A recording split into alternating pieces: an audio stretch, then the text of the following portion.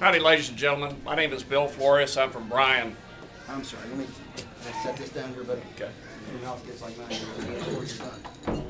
Anyway, this is where grassroots politics start. It's in rooms like this and in living rooms across this county and the other counties in District 17. And I'm glad y'all are here, and I'm glad everybody is so interested in what's going on.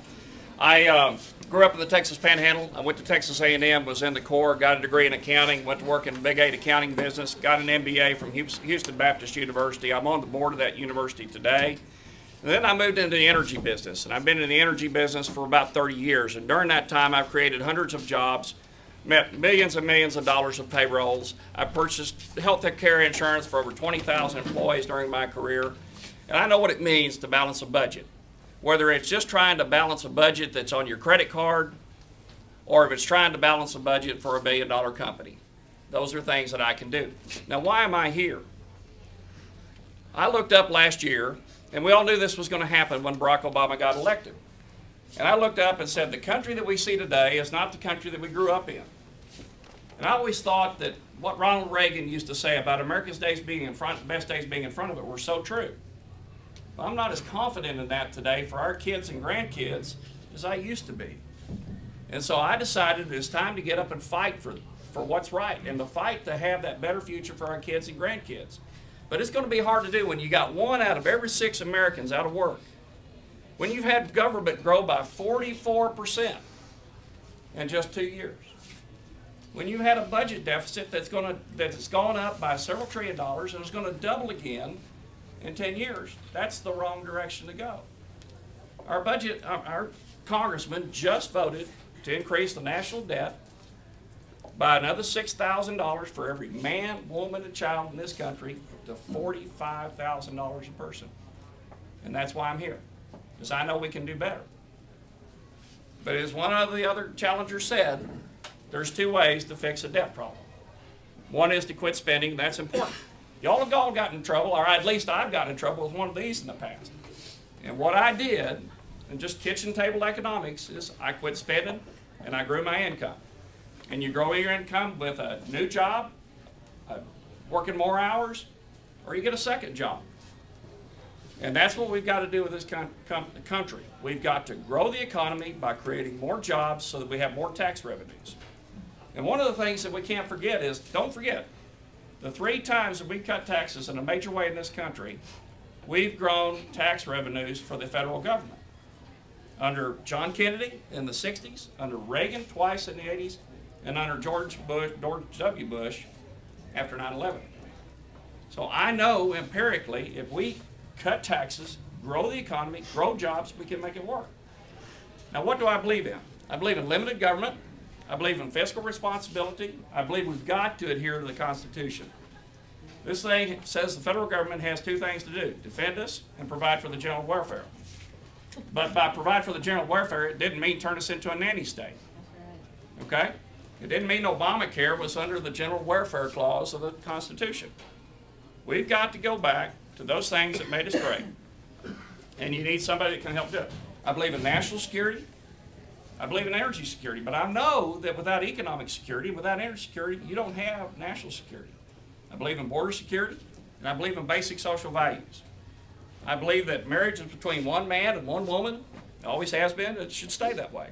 I also believe that every life has a soul and deserves to be protected, whether it's born or not.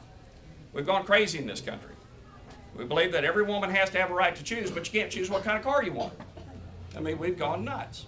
And so we've got to get back to those basic values. Now, why I vote for Bill Flores? We've got some great candidates in this race. But there's 2 things I'd ask you to think about when you go in the voting booth. Number 1 is, who is the candidate that you can feel you can trust to go up there that has the leadership, the negotiating skills, the experience creating jobs, balancing budgets, meeting payrolls, which is what it's going to take to grow this economy. Only 8% of the Obama administration has any private sector experience. They don't get it. They think the only job's a government job. We all in this room know better. The second thing is, so you've got to pick that candidate that can do that for you. The second thing is, who can beat Chet? That's what it's all about. There are 4 things it takes to win a campaign, I tell everybody: prayers, volunteers, a great team, and you got to have a lot of resources. because politics is an expensive game, unfortunately. There's only one candidate that Chet Edwards is personally mentioned by name in this race, and that's me. And he didn't do it because he likes me. He does it because I can beat him. Thank you. Howdy. First, thank y'all very much for coming out. I'm just overawed at all the expressions and people coming out to take back our country. You know, change is not a bad thing if you're going in the right direction. We've been going in the wrong direction, and it's time to turn this around. And you guys here today is just evidence that we're ready and we're up to the challenge. Thank y'all very much for coming out today. Give yourselves a round of applause. It's time for us to take back our country. When I was on active duty in the Navy at language school, my instructor was a Soviet immigrant, and she had brought her mom over. Her sister came over to visit on a 2-week visit, and the whole time she was here, she kept saying, I want to go to an American grocery store.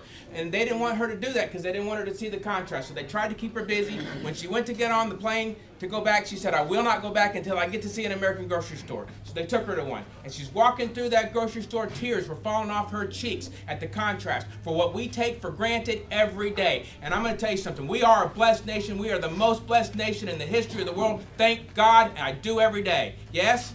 Yes. But the reason why we're here today is because we want to keep that and we want to pass it forward to our children. And that's what we are all here for, is the continuity of the generations.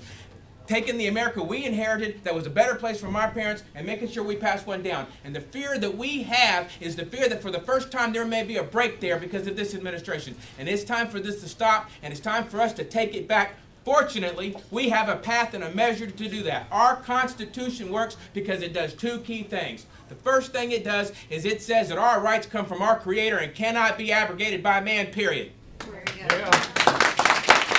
second thing it says is it relentlessly tells the federal government, no, no way, no how, heck no, party of no, whatever you want to call it, no. When we do those 2 things, when we limit government and we put our values into the equation, nothing is too small for us to do. The problems and the solutions we have in Central Texas are found right here in Central Texas if we can just get the federal government out of the way. Yes? Yes. And so that's what we're here for. When we say limited government, you know, every Republican administration has grown the size of government. It seems like it's just talk. But you guys know better. At your kitchen tables, you're out there saying, no, we really mean it. Nancy Pelosi was asked if she had the constitutional authority to require us to purchase health care, and she said, are you serious? Yeah. Yes, we're serious. Yes? Yes, we're serious. We've got to take back our country. Now, you're going to have a real choice in this election. I am a constitutional conservative. When we do those 2 things right, when we tell the federal government that you have 2 key roles, providing for our national security, which means border defense, and also, also being an umbrella organization for sovereign states. The General Welfare Clause was enacted in enumerated powers, which says the government can do only these limited things, and they're related to sovereign states. When we do those 2 things and get the federal government out of the way, we excel. We have a history of surviving and thriving not because of government, but in spite of government. Yeah. And yes, that's why we are here today. Now, you have some gentlemen here who have agendas that they want to push in Washington. But I want to tell you something. Everything Washington does for us comes at a cost that's taken from us. And what we need is we need a congressman that's going to go to Washington with an eye of not what we can do for you into Washington, but what we can keep them from doing to you.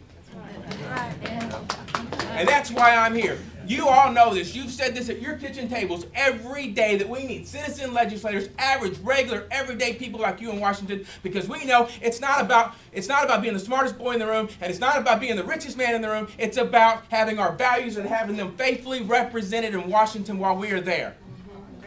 And so we know the way to do that is to find someone like us. I'm the only candidate in this race that punches a time clock for a living. I know what it's like to sit at the kitchen table and wondering if I'm going to get another overtime shift this payday to make ends meet. Your congressman must know things like that. Your congressman must know that his job in Washington is to tell Washington no, and heck no when necessary. Somebody said that we need a congressman to stand up to Republicans. I'm the only candidate in this race so far that has got the ire from the Republican Party for standing up for what's right. That's right. It's time to take back our government. It starts right here with you. It starts with someone like you. I'm someone like you. Thank you very much. I appreciate your time.